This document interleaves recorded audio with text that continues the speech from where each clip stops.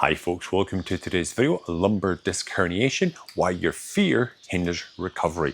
Now, I'm going to be diving into a really important topic today for folks suffering out there with a lumbar disc herniation, bulging disc, perhaps sciatica nerve pain, and that is the fear of doing the exercises, doing the rehab, and why it's holding you back from recovering from this injury. So, without further ado, let's dive into today's video. Hi folks, hope you had a good Christmas if you celebrate Christmas.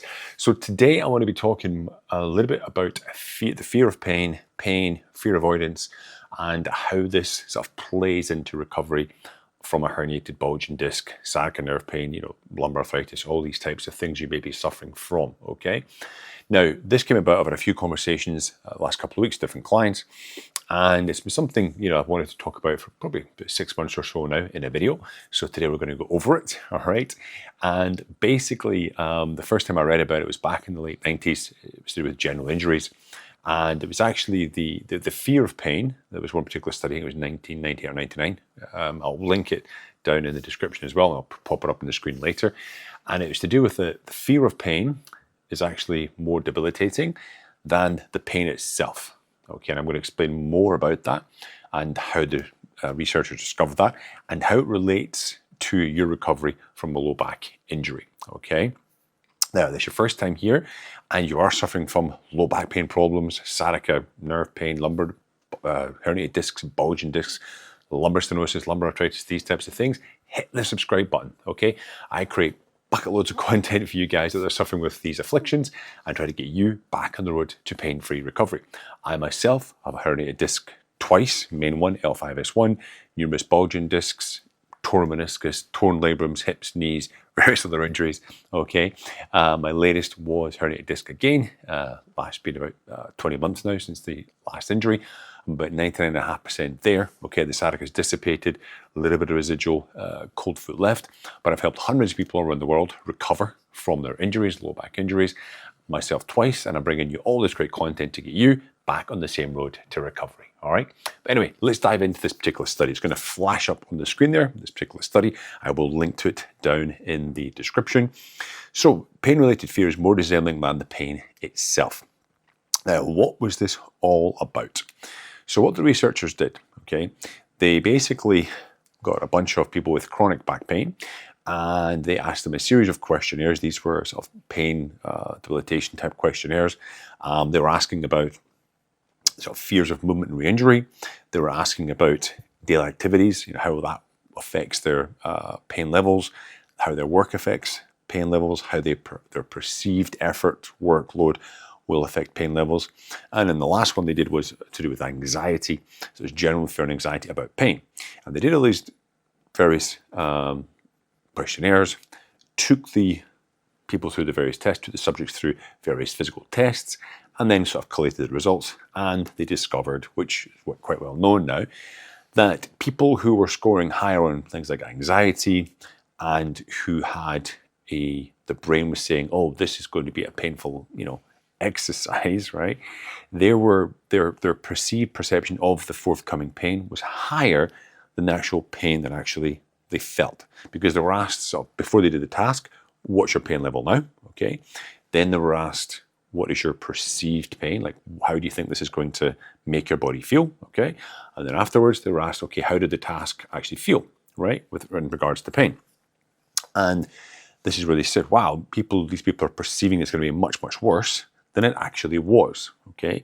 Now, what does this actually, how does this affect, people who are coming back from injury? I'm going to dive in, okay? But they also, during the test, they were given various tests like strength tests. It was like a Flexion extension machine they were in. And they also discovered that those that were more anxious about the exercise, that had higher perceived pain, that was going to be more pain from this exercise, they had a much lower strength output than should be expected, okay? So they were basically, pulling up short, they weren't pushing as hard.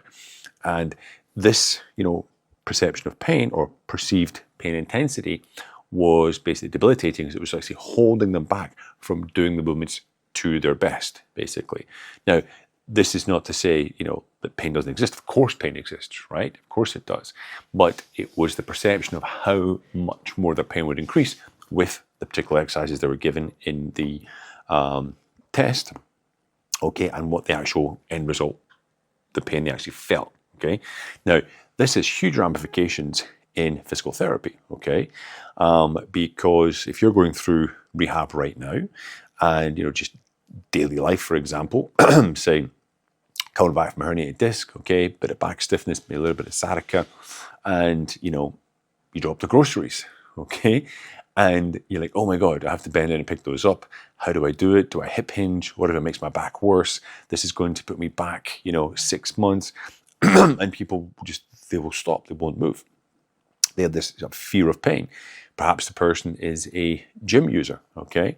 And they've a little bit of uptick in pain, and it's, oh my God, this is like, I can't, if I do anymore, I'm going to blow my back out completely. I'm going to go back, to the beginning. All that work I've done is gone. And they stop doing things. They stop, living their lives. They stop going shopping, okay? I know it sounds crazy, but yes, they might stop going to get the groceries. They'll get stuff delivered. They will stop, doing any kind of manual activities in the home. They will stop working out. They will stop doing their rehabilitation. They won't push themselves as hard as they should, because a lot of people don't realize that, an exercise plan for a rehabilitation perspective should be graded exercise, okay? So you should be able to tolerate a little bit more for the same pain. If you're still suffering, if you're in a sort of pain level, I would say up to a 4, okay? So 1 to 10, 10 being the worst pain ever, 1 being, next to nothing, 4, it's like comfortably uncomfortable to some degree, right? It's very, very sort of common to have a little bit of a pain as you're doing some exercises, and it dissipates later. That's not telling you this pain is going to make things worse. And I'll explain pain in just a second, how I tell my clients to look at pain and how to sort of understand if it's good or bad, okay? And, a little bit of pain is okay when you're working out. It's quite normal. And typically, you're not going to make anything worse. It's more just, nerve sensitivity, tissue sensitivity. Maybe you've been avoiding flexion for a long time, and you start to move again, and the tissue is very, very sort of hypertonic almost, and you get sort of like a little pain response. You're not making the injury worse. You're simply just sort of activating tissues that are very, very sensitive to movement. Now, how I like to explain about sort of pain, this is what I tell my clients. When they undertake a new workout, a new exercise, I say to people, look, it's very common on the day you do the exercise, or later that day, or the next day, to get an uptick in pain, right? That is a yellow flag, amber flag, completely normal, okay? It's expected. Like if you do a brand new exercise program and you're fit and healthy, you may be a little bit sore with DOMs the next few days. Completely normal, okay? Nothing to worry about. Same with recovery. Now, so day 2 or day 1 or day 2, you've had an uptick in pain. Typically, for 99% of people, on day 3, the pain starts to come down. It might even come down the same day. Maybe you work out in the morning and the pain starts to dissipate at the end of that same day, right? But for most people, pain will kick up a little bit on day 2, the day after the workout, and day 3, it starts to drop down, okay? Amber flag, we saw some pain, we're aware of it, we don't, become hypersensitive about it, and sure enough, it dissipates. However, if the pain increases on workout day or day after, and then it goes up further, okay, or stays pretty constant, okay, by day 3, then that is a red flag, okay? It doesn't mean we have re-injured the area. It means we're not ready for that exercise, and we've basically, those tissues are oversensitive. They're not ready for it, right? I always tend to say there's no such thing as a bad exercise, just bad application, okay? So we'd remove that exercise or change those workouts, okay? Wait a couple of days till we're back to normal, and then do the workout again. This time, hopefully, there'll be no issue, right? So that's how I tend to explain to people, look, this is how the pain can appear when you're working out. Don't worry about it. It's purely, for most people, just, it's a desensitizing those sensitive tissues, all right? Now, this all ties in with what's called the fear avoidance model of pain. Now, I spoke about this a little bit before. I'm going to flash up on the screen. This is the model, okay? And if you look at it there, basically, we go down one side, and in any sort of perfect scenario, you'd have the injury, okay, whatever it could be, the experience of pain, okay, you're reassured during rehabilitation, you're making improvements, okay, you confront the pain with confidence, and you go forward to recovery, okay? However, if the person is unable to deal with that fear in the right way, or they've not been taught how to deal with it, then there's catastrophizing, there's negative emotions, negative beliefs about the problem. pain-related fear, like we just talked about, okay, perceiving the movement is going to cause them an uptick in pain, then they become avoidant. They become avoidant of exercise, avoidant of doing core work, avoidant of doing strengthening. You know, the rehab essentially, doing less and less and less. They become deconditioned. They get depressed. Okay, the tissue itself, you're getting atrophy, you're getting deconditioning, you're getting to a worse state, and the cycle just goes round and round and round. And I've seen this many, many, many times before. The people have come to me and I've helped them through it, of course. And it's just a very, very common theme that does pop up. So essentially, it's the catastrophizing that's, you know, creating the fear. And then you've got the fear, which creates the avoidance, okay? And then this avoidance is what's basically like lighting a fire under that continued pain, right? Because you're not able to do the movements, do the exercise, do the stretches, do whatever it could be to get yourself back to being stronger, where the pain can actually start to dissipate off, okay? Now, essentially, you have to sort of reframe the thoughts themselves, okay? Because, you know, fear is real, right? Fear does exist, okay? But it's helping to sort of reframe your thoughts around the exercise, around the movements. Like a little bit of pain is okay. It doesn't mean I am re-injured, okay? It's just that my tissues are sensitive. I've got a couple of things down here that I was going to talk about with you guys. And, you know, I mentioned it before, it's basically, it's not about protecting your back forever. You'll be able to bend over to, you know, flex forward to tie your shoelaces. Of course you will, okay? It's about graded exposure, right? And I'm going to link to a video. It's going to pop at the end of this one, so keep watching. And it's my kind of forward flexion testing, okay? If you're, depending where you are in your recovery journey, it's a good thing to start bringing in some flexion back into your daily movements, because the spine itself was designed to flex, okay? Nature wasn't stupid, right? If we were built not to flex, okay, then our spines wouldn't flex, all right?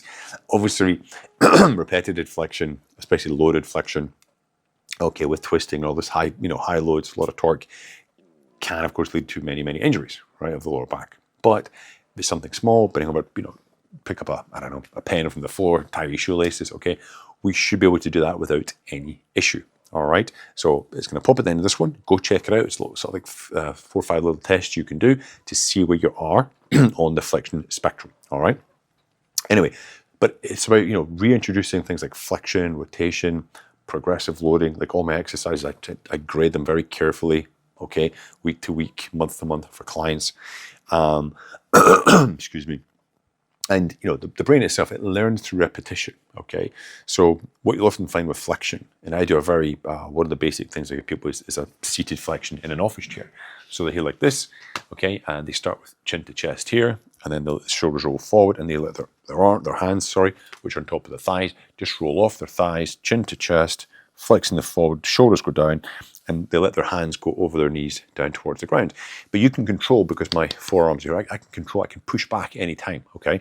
But it's very, very sort of slow controlled flexion. And people will often feel it in the lower back, okay? And if you've had tissues which have been, you know, literally, you've been like trying to be like super erect for months and months and months, and then you try to flex them, okay? It's like, I remember once when my arm was broken, I had a cast up to my shoulder, got the cast off, and it was just like, I had to get physio for bloody months to get this arm, you know, straight again, okay? Because it just becomes stiff. It's what happens when a joint doesn't move, it becomes stiff. So whenever you start to start moving again, you do get some of these pain responses. It's like the tissue's stiff, it's very like reactive, okay, to movement. And by doing little movements, you're teaching the brain and the nervous system, hey, this is okay. Like that pain signal doesn't mean it's re-injury. I'm literally, you know, helping desensitize my nervous system. I'm reawakening this movement pattern, okay? It is okay to do this, right? So it's reframing your thoughts around the movements, retraining your brain to accept these movements as being completely normal. So again, you know, pain doesn't automatically mean re-injury, okay? It's mainly can be very much down to a sensitivity issue, okay? And the thing about this, like, you know, you can't think your way out of fear, okay? The brain learns through repetition, okay? So if you slowly bring in those graded movements, okay, the brain side goes, oh, hey, I can actually switch off. I don't need to be super hypersensitive and try to protect the body, because the body itself, when you have an injury, it tends to tense up a lot of the tissue around about the injury site, okay, to help protect it from further injury, right? But at some point, you need to start moving again and desensitize the area, okay? So to make sure you're not going to be like all hinged up towards with a neck injury, or your hip's not going to be hiked up because of the lower back, lower body injury. And it's those small repetitions, pushing a little bit more, help the brain and the nervous system to desensitize. The brain starts to learn this new movement pattern, okay? And it will accept it, right? So, relating back to that study, the sort of comment I wrote down here, it wasn't the people who stayed stuck. So they weren't the ones with the worst pain, basically. They were the ones who never give their nervous system a chance to sort of fully desensitize and to learn that movement was safe again. Yeah, and as I said, they were coming out like much weaker in movements than they should have been, based on obviously the other different tests, right? And it was the fear that was holding them back, and that fear held them back from being able to do rehab to its optimal amount, to do stretching, nerve glides, eldoa, whatever it could be, swimming, different other activities, and it is this continual cycle. But hopefully, by me explaining some of these things in that particular study, and I will link to it down below, you can go have a look for it for yourself, that it will help some people out there who are struggling to overcome this fear of movement. Yeah. Now, folks, listen, if you are out there struggling with your own low back pain problems, I do offer a free discovery call. The link is down below. You can book in with me. I'll be back online after the new year, 45 minutes an hour. Go where you can try some things out, hopefully get you back on the road to pain-free recovery. Yeah. If this video has been useful for you, please subscribe to my channel for more great content. Don't forget to check out the video that's going to pop up soon about Flexion. And of course, like and share this video, and I'll see you next time. Have a great day.